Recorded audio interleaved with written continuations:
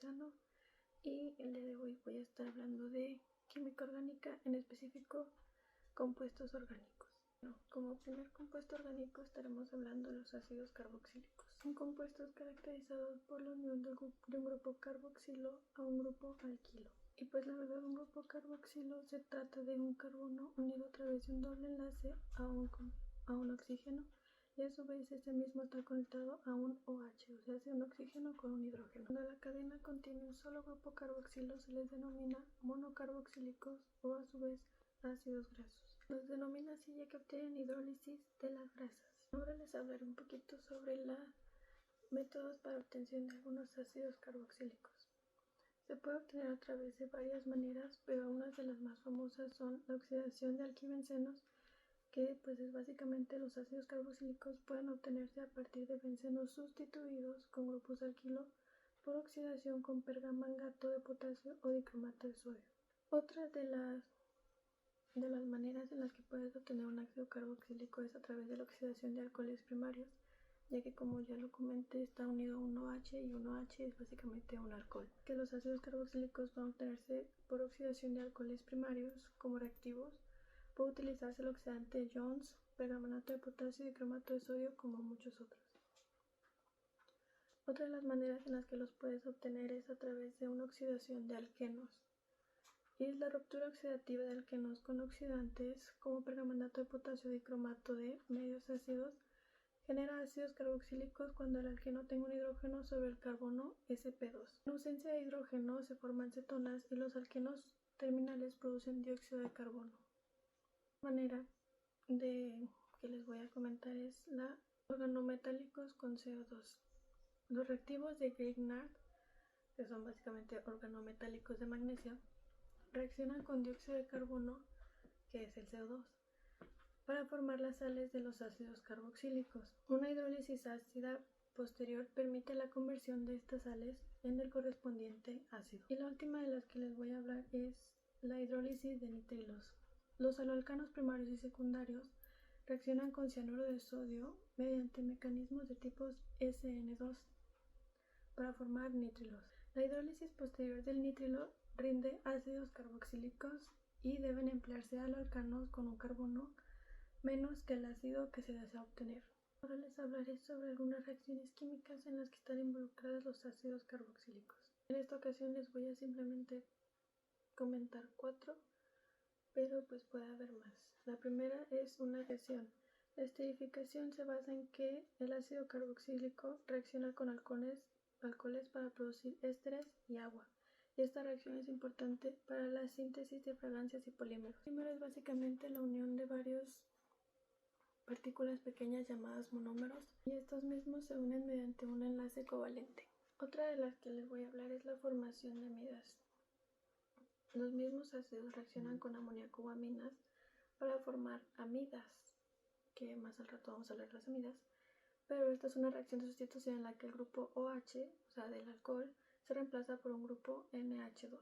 Otra es la neutralización, que básicamente reaccionan con bases ya sea orgánicas e inorgánicas para formar sales, carboxilato y agua. También existe la reducción, que básicamente estos ácidos carboxílicos pueden ser reducidos a alcoholes primarios utilizando agentes reductores fuertes como el hidruro de litio y el aluminio. Para la nomenclatura IUPAC de estos ácidos carboxílicos es básicamente que los nombres de los ácidos carboxílicos se reemplaza la terminación O de los alcanos por la terminación oico y anteponiendo la palabra ácido. El esqueleto de los ácidos alcanoicos se enumera asignando el número 1 al carbono carboxílico y continuando por la cadena más larga que incluya el grupo COOH.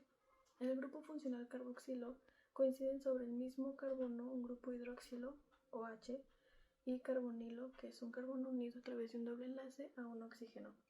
Se puede representar como COOH o de otra manera como CO2H. Si existen dos grupos de carbonilo en la cadena, se le da la terminación dioico, el di representando que hay dos grupos carbonilo, y pues en este caso no va a ser necesario señalar en qué posición está, ya que siempre se encontrarán a los extremos de la cadena. Ahora les daré 3 ejemplos de ácidos carboxílicos.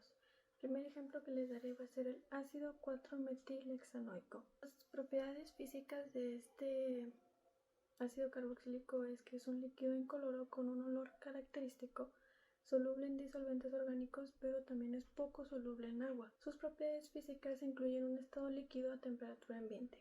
Y químicamente es un ácido carboxílico que puede reaccionar en esterificaciones y amidaciones y se usa en la síntesis de ésteres tensioactivos y lubricantes. Este ácido carboxílico se utiliza principalmente en productos químicos diarios. Se utiliza como componente en la formación de varios productos químicos que pues usamos uno día a día. También se utiliza en la investigación biológica y médica. Es un reactivo bioquímico que se emplea en laboratorios para la biología molecular y celular, incluyendo aplicaciones como biocidas para incubadoras y en la creación de kits para la extracción y detección de ADN. El segundo ejemplo de ácido carboxílico es el ácido etanodioico, que como se puede ver en su nombre tiene 2 grupos carbonilos a sus extremos. Y este ácido también se puede conocer como ácido oxálico y es un ácido orgánico en forma de cristales incoloros y es soluble en agua y también en alcohol. Y químicamente es un ácido dicarboxílico fuerte que actúa como agente quelante al unirse a iones metálicos y se descompone a altas temperaturas. Este ácido carboxílico se emplea y se utiliza en varias cosas. Se utiliza tanto como en productos de limpieza y para el hogar, productos para blanquear los dientes, agente desincrustante de calderas, mordiente en el teñido, blanqueamiento de madera, industria de semiconductores, industria de papel y la pulpa y la industria textil. Y el último ácido carboxílico del que les voy a hablar va a ser del ácido 3-metilpentanoico. Este ácido carboxílico tiene un punto de ebullición de 196 a 198 grados Celsius, una densidad de 0.93 gramos por molécula a 25 grados Celsius y un punto de fusión de menos 41 grados Celsius. Es un líquido con un olor característico que se utiliza en la síntesis orgánica y químicamente participando en reacciones como la esterificación y la neutralización. Este ácido se utiliza en la industria química y sirve como un bloque de construcciones para crear moléculas más complejas. También se utiliza en la industria de fragancia y sabores y se usa para crear ésteres con olores y sabores deseables, como los que se encuentran en productos frutales y florales. Y por último se utiliza en la industria farmacéutica y agroquímica, que funciona como un intermedio clave en la síntesis de ingredientes activos para medicamentos y productos agrícolas. El segundo compuesto orgánico del cual les voy a hablar es de los ésteres. Y los ésteres son compuestos que se forman por la unión de ácidos con alcoholes generando agua como un subproducto. Algunos de los métodos de obtención de ésteres es básicamente que se obtienen por reacción de ácidos carboxílicos, que ya hablamos hace ratito de los ácidos carboxílicos, y está catalizada por ácidos minerales. Otra forma de obtener ésteres es a partir de carboxilatos y aloalcanos mediante una reacción SN2. Y ahora les hablaré sobre 4 reacciones químicas en las que están involucradas los ésteres. Están involucrados en la hidrólisis. Los ésteres reaccionan con agua para producir alcohol y ácido carboxílico en una reacción conocida como hidrólisis. Esta reacción puede ser ácida o básica. En una hidrólisis ácida, la presencia de iones H positivo acelera la reacción, pero en la hidrólisis básica, la reacción es irreversible ya que da una sal de carboxilato en lugar de un ácido carboxílico. La segunda reacción química es la transesterificación, y es que el éster puede reaccionar con un alcohol para dar un éster o para dar otro éster. La tercera reacción es la condensación de Claisen. Y esto es que en presencia de una base fuerte, 2 moléculas de éster pueden unirse para formar una B-cetoéster a partir de un éster con hidrógeno alfa. El hidrógeno A de un éster es desprotonando por la base formando un carbanión que ataca a la otra molécula éster liberando una molécula de éster. La última reacción de la que yo les hablaré es la reducción de ésteres, y es que los ésteres pueden ser reducidos a alcoholes mediante una reacción de reducción.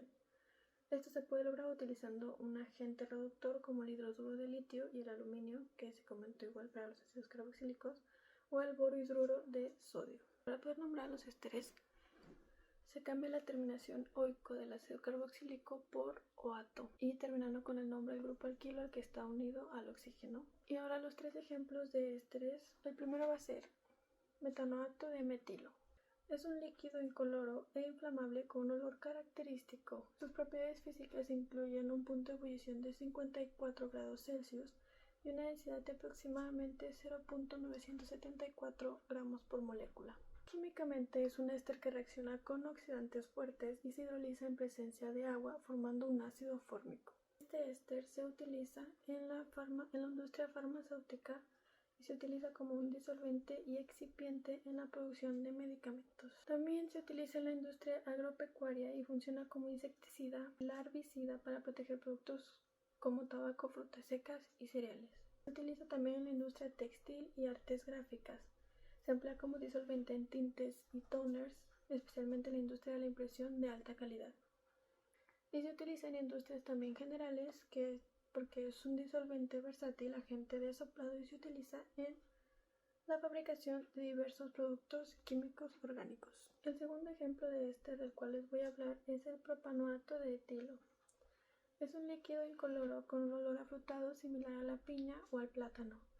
Sus propiedades físicas clave incluyen un punto de fusión de menos 73 grados Celsius y un punto de ebullición de 99 grados Celsius. Y químicamente es un éster inflamable que no es soluble en agua, pero sí en etanol. El etanol es un alcohol. Y reacciona con oxidantes fuertes. Este éster se utiliza en la industria alimentaria ya que ayuda como un agente aromatizante en productos horneados, dulces, chicles, bebidas para aportar un sabor y aroma frutados. En la industria de fragancias y perfumes se emplea para crear fragancias florales, frutales en perfumes y otros productos aromáticos. En la industria farmacéutica sirve como componente o disolvente en la producción de ciertos medicamentos, como la primetamina, usada contra la malaria. Se utiliza en laboratorios y biología y se usa en la biología celular y molecular, por ejemplo en la fabricación de kits para la extracción y detección de ADN y como biocida para incubadoras. También se utiliza como disolvente ya que funciona para diversas aplicaciones como la formulación de pinturas, barnices y lacas, aunque este uso es más común con otros ésteres como el acetato de etilo. Y el último, pero no menos importante, es el butanoato de metilo. Y algunas de sus propiedades físicas son que incluye un punto de fusión de 100 a 102 grados Celsius, con un punto de inflamación bajo entre 11 y menos 14 grados Celsius y es menos denso que el agua flotando en ella. Se va a quedar aquí. Químicamente es un éster inflamable que puede hidrolizarse para volver a sus componentes de ácido y alcohol. Es estable excepto ante ácidos minerales fuertes. Y este se utiliza como intermedio en los sectores de la síntesis orgánica, los productos farmacéuticos, los agroquímicos y los colorantes. El siguiente compuesto orgánico del cual les voy a hablar es las sales orgánicas. Primero que nada, pues, ¿qué son las sales orgánicas, no? Las sales orgánicas son un denso número de compuestos iónicos con invulnerables características. Derivan previamente de un compuesto orgánico, el cual ha sufrido una transformación que le permite ser portador de una carga, y que además su identidad química depende del ion asociado. Las sales orgánicas proceden de los ácidos carboxílicos.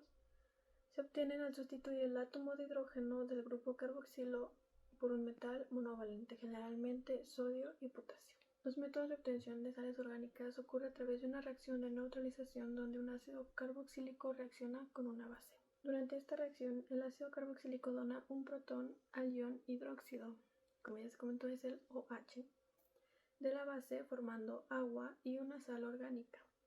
Ahora vamos a ver 3 reacciones químicas en las que están involucradas las sales orgánicas.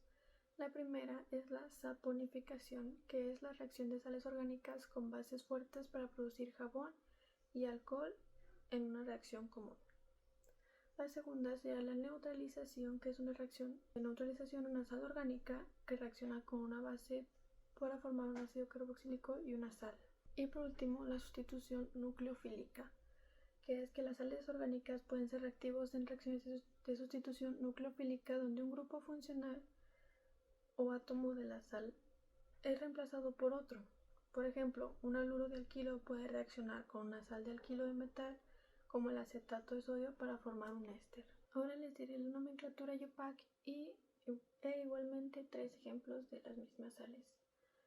Las sales orgánicas neutras se nombran citando de manera separada el anión seguido del nombre del catión. Si la sal contiene varios cationes, los mismos se citan en orden alfabético. El sufijo "-upac" para nombrar el anión es oato, pero también se puede utilizar los nombres comunes de los aniones de los ácidos de los que derivan las sales. Para nombrar esto se utiliza casi la misma manera de los ésteres, pero en vez de decir, por ejemplo, etanoato de metilo, al final le vas a agregar el metal en el que está la cadena. Entonces, en vez de etanoato de metilo, podría ser etanoato de sodio, de potasio u otros metales que existan. Y voy a usar de ejemplo este mismo que ya comenté, que es el etanoato de sodio. Las propiedades físicas del etanoato de sodio es que es soluble en agua, lo que crea una solución ligeramente básica, y químicamente se descompone a altas temperaturas para formar ácido acético y óxidos de sodio. Esta sal orgánica se utiliza en el sector alimenticio, en la industria textil, en conservador de carnes y platos preparados, para la regulación del pH y efecto tapón en productos alimenticios, protección frente al moho en pan y bollería, y realce del sabor de snacks y productos cárnicos. Como segundo ejemplo tenemos el etanoato de potasio, y sus propiedades físicas incluyen una alta solubilidad en agua y alcoholes, una densidad de aproximadamente 1.8 gramos por centímetro y un punto de fusión de 292 grados Celsius. Químicamente es una sal que forma soluciones levemente alcalinas y actúa como electrolito fuerte y puede reaccionar vigorosamente con ácidos fuertes. Esta sal orgánica se utiliza en la industria de los alimentos procesados como regulador de acidez, producción de resinas orgánicas de silicona, realización de investigaciones médico-científicas, en la producción industrial de anticuerpos, en mezclas antihielo, producción de antibióticos y equipos para el combate de incendios. El último ejemplo de sal orgánica que les voy a hablar es el propanoato de sodio. Es un sólido cristalino blanco soluble en agua y que puede ser higroscópico. ¿Qué es esto? Que pues absorbe humedad. Y sus propiedades químicas incluyen ser una sal que actúa como conservante alimentario al inhibir el crecimiento de mohos y bacterias, y es más activo en pH ácido y tiene una reacción neutra en disolución. Esta sal orgánica se utiliza en la industria alimentaria, se utiliza con seguridad como conservante de alimentos y previene el crecimiento de moho y algunas bacterias. En la farmacia se utiliza para el tratamiento de infecciones fúngicas de la piel, generalmente en combinación con propionato de calcio. Ahora les hablaré del cuarto compuesto orgánico del día, y son los éteres, y no es lo mismo que un éster. Los éteres son compuestos que resultan de la unión de dos radicales alquílicos o aromáticos a través de un puente de oxígeno. Hay dos métodos, tal vez más, los que yo les voy a comentar son dos métodos de obtención de éteres, que uno es la deshidratación de alcoholes y dos es la síntesis de Williamson. Y pues, ¿qué es esto, no? Me van a preguntar. Esto consiste en la reacción de un alcóxido, que es un derivado de un alcohol, con un halogenuro de alquilo para obtener un éter. Algunas reacciones químicas en las que están involucrados los éteres son ruptura por ácidos, que es cuando se calienta como un ácido concentrado, los éteres sufren hidrólisis para generar los haluros de alquilo correspondientes. Esta reacción se favorece con el uso de un exceso de ácido y altas temperaturas. La segunda reacción química es la autooxidación, y esto es que los éteres se autooxidan al exponerse al aire y la luz para formar hidroperóxidos o peróxidos. La tercera es la sustitución electrofílica. En presencia de ácidos fuertes, los éteres aromáticos sufren sustitución aromática electrofílica en la y para respecto al oxígeno. Y por último es la reacción con ácidos de Lewis. Los éteres reaccionan con ácidos de Lewis para formar sustancias complejas. Para nombrar los éteres es muy fácil, la verdad. Y es que los éteres son sustancias en las que dos cadenas carbonadas se encuentran separadas por un átomo de oxígeno. Y su fórmula general es ROR, en donde R es lo que está al lado del oxígeno, que son pues las demás cadenas de carbonos que está. Entonces vas a poner el grupo alquilo con el que está el oxígeno y el siguiente grupo alquilo.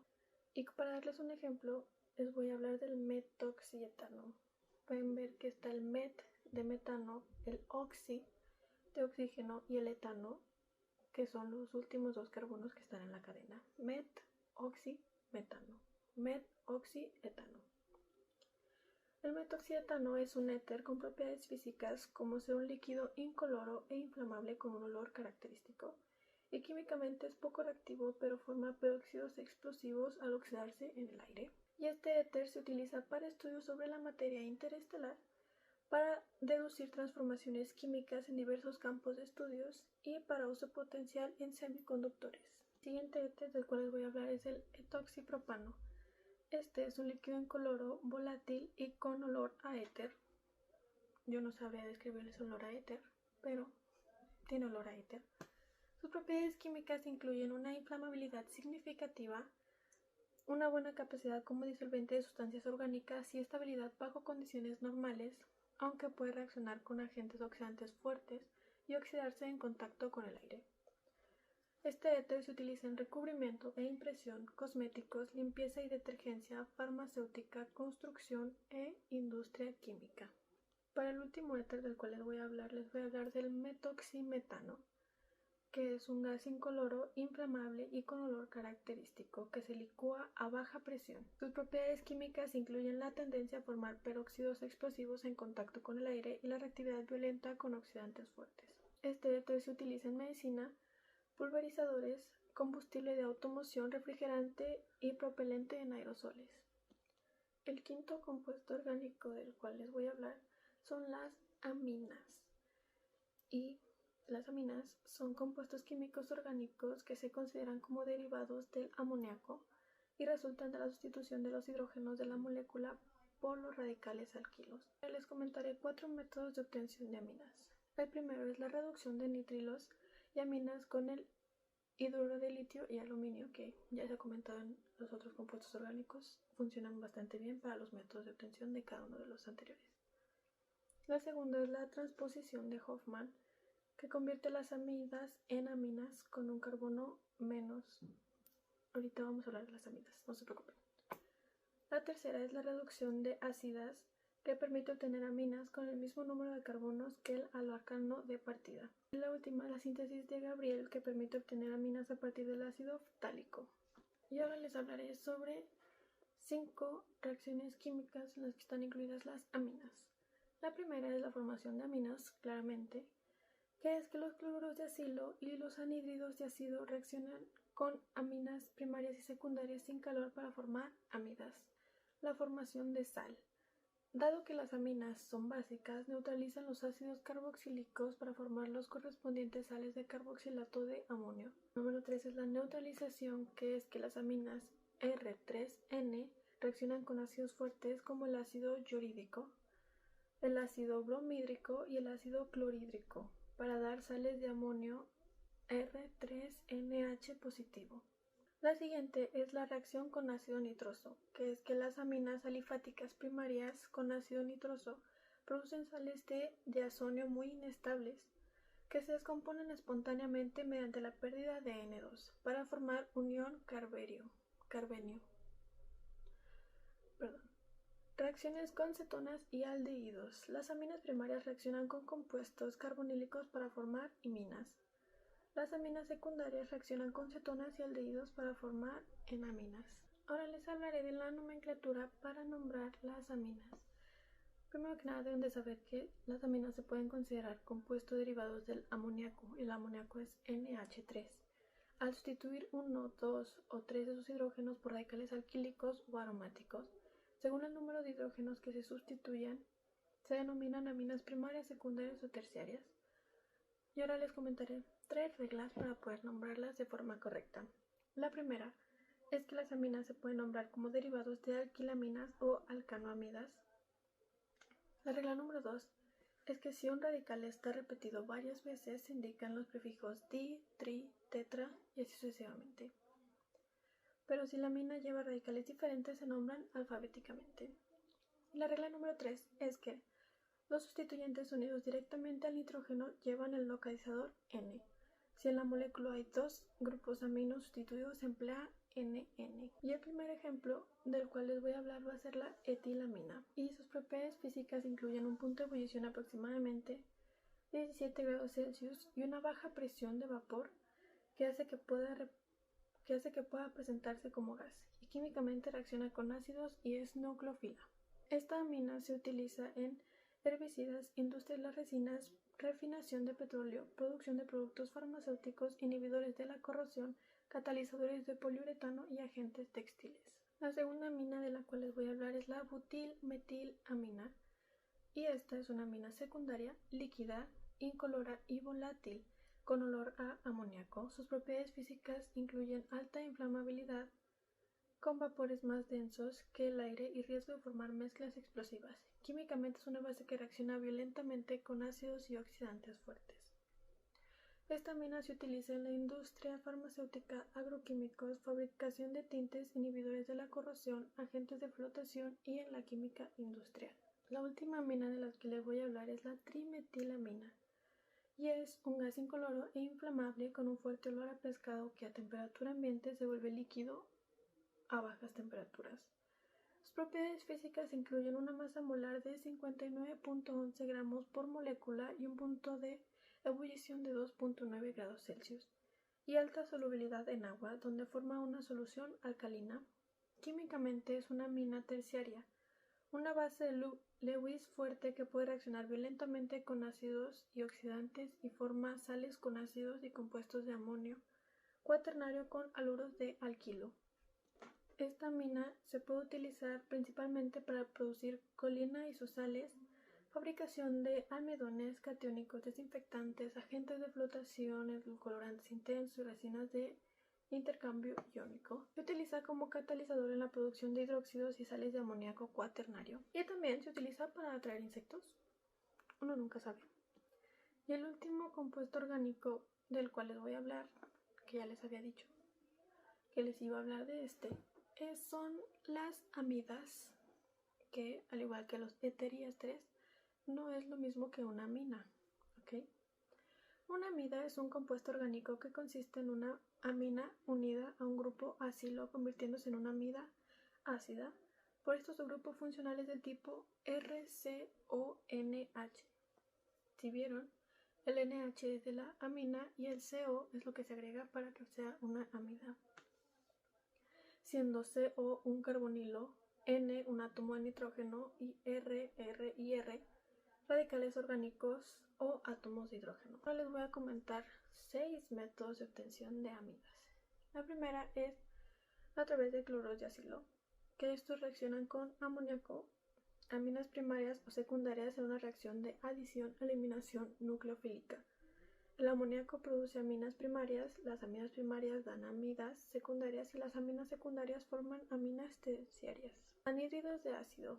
Reaccionan de manera similar a los cloruros de ácido con amoníaco y aminas para dar amidas. Los ésteres, que ya hablamos hace ratito de los ésteres, reaccionan con amoníaco o aminas para formar amidas. Aunque esta reacción es más lenta y a menudo requiere calor o altas concentraciones de la amina. Entonces, no se recomienda mucho para las amidas, se recomiendan las otras que hemos estado comentando y las que comentaré.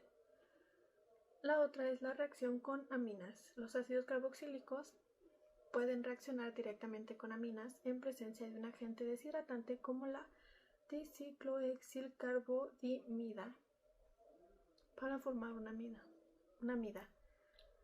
Wow, bueno, nombre muy largo. La siguiente sería la deshidratación, que se puede preparar calentando una mezcla de ácido carboxílico y sal de amonio. Y por último, la hidrólisis, que ya vimos que es bastante importante, que es que los nitrilos pueden hidrolizarse con agua para producir amidas. En esta reacción, el triple enlace del grupo nitrilo se rompe y el grupo N se une a los hidrógenos de agua, mientras que el oxígeno del agua se une al carbono. Ahora les diré 5 reacciones químicas de las amidas. La primera, y como ya se comentó, para obtenerla es la hidrólisis, que es que las aminas pueden sufrir hidrólisis, una reacción de agua que da lugar a la formación de ácidos carboxílicos y aminas, y esta reacción puede ser catalizada por ácidos o bases, y en mecanismos varían según el caso. En condiciones ácidas, la reacción procede a través de la protonación del nitrógeno de la amida, mejorando la electrofilicidad del carbono carbonilo y haciéndolo más susceptible al ataque nucleofílico del agua. La segunda serían las reacciones de amidación, y es que el proceso de conversión de ácidos carboxílicos en amidas es fundamental y a menudo implica el ataque nucleofílico de una amina sobre el carbono carbonílico activado. Como se mencionó anteriormente, se puede utilizar carbodimidas para facilitar esta reacción, lo que aumenta la producción de amidas. La siguiente será la formación de imidas. En determinadas condiciones, las amidas pueden transformarse en imidas mediante procesos de deshidratación, ya sea por calentamiento o en presencia de agentes deshidratantes. Esta transformación es crucial para la síntesis de moléculas y polímeros de relevancia biológica. La penúltima es la aminación reductora. En esta reacción las amidas pueden servir como sustratos para la aminación reductora, donde se convierten en aminas mediante la reacción con agentes reductores como el hidruro de litio y aluminio. Y esta reacción subraya la versatilidad de las aminas en la síntesis orgánica. Y por último es la reacción con cloruros de acilo. Las amidas reaccionan con cloruros de acilo para formar derivados de amida más complejos, lo que demuestra su utilidad en la síntesis química. Esta reacción suele transcurrir sin problemas en condiciones suaves, lo que permite vías sintéticas robustas. Ahora les diré la nomenclatura IUPAC de las amidas. Y las amidas típicamente se nombran según el ácido carboxílico original del que derivan, reemplazando el sufijo ácido oico por amida, así de sencillo. Y al nombrar las amidas, los sustituyentes unidos al átomo de nitrógeno se designan mediante un prefijo antes del nombre original, lo que proporciona información esencial sobre la estructura de compuestos. Estos sustituyentes se indican con las letras N seguidas del nombre del grupo alquilo. La primera y la amida más sencilla es la formamida, también conocida como metanamida. Y la formamida es un líquido incoloro viscoso e higroscópico con un ligero olor a amoníaco y es altamente soluble en agua y otros disolventes orgánicos, lo que la convierte en un disolvente polar útil.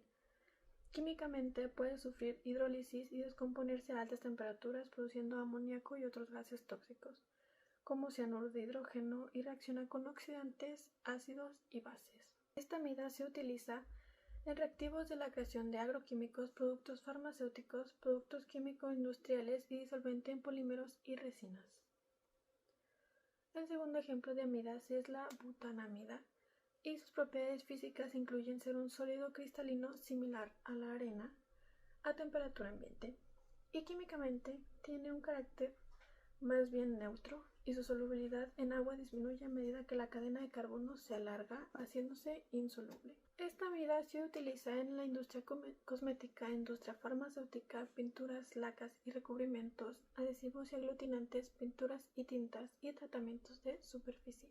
Y por último, ya para finalizar esto, vamos a hablar de la N-metiletanamida. La N-metiletanamida es un sólido cristalino incoloro, higroscópico y altamente soluble en agua, alcoholes y éteres. Químicamente es una amida polar capaz de formar enlaces de hidrógeno, lo que le confiere un punto de ebullición elevado. Como amida es una base débil y un buen disolvente y puede usarse en síntesis orgánica. Esta amida se utiliza en industrias farmacéuticas, industria agroquímica, síntesis química, industria electrónica y para investigaciones biotecnológicas. Y pues esto sería todo lo que yo les voy a comentar. La verdad, a mi parecer, les voy a dar una pequeña conclusión del tema. Se me hace un tema bastante interesante, ya que la química orgánica ha sido un tema que me ha interesado mucho desde que entré a la prepa y desde que tengo esta clase. De verdad es un tema que vale la pena pues investigarlo, estudiarlo un poco. Ganas mucho conocimiento de verdad sabiendo este tipo de cosas, y pues nunca sabes cuándo vas a utilizar esto, ¿no? Entonces pues les agradezco mucho su atención y que tengan bonito día, tarde, noche, dependiendo en qué momento vayas a ver esto.